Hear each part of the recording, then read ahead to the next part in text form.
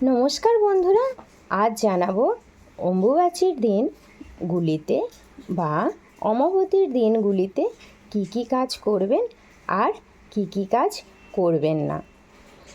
এই সময়ে ধরিত্রী মায়ের গায়ে থাকে ব্যথা, সেই কারণে এই দিনগুলিতে কখনোই মাটি খোঁড়াখুড়ি বা মাটির কোনো কাজ করবেন না।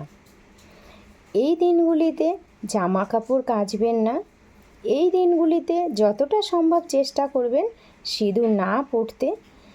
এছাড়া ঝাড়ুর ব্যবহার একদমই করবেন না, তাতে আঁচড় লেগে মায়ের গায়ে ব্যথা হয়।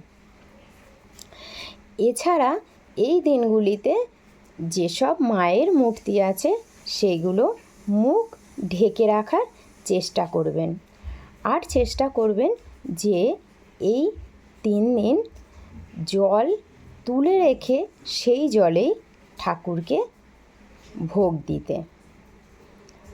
আর এই দিনগুলিতে যতটা সম্ভব ধরিত্রী মায়ের ওপরে আস্তে আস্তে চলাফেরা করার চেষ্টা করবেন, তাহলেই মা সন্তুষ্ট হবেন।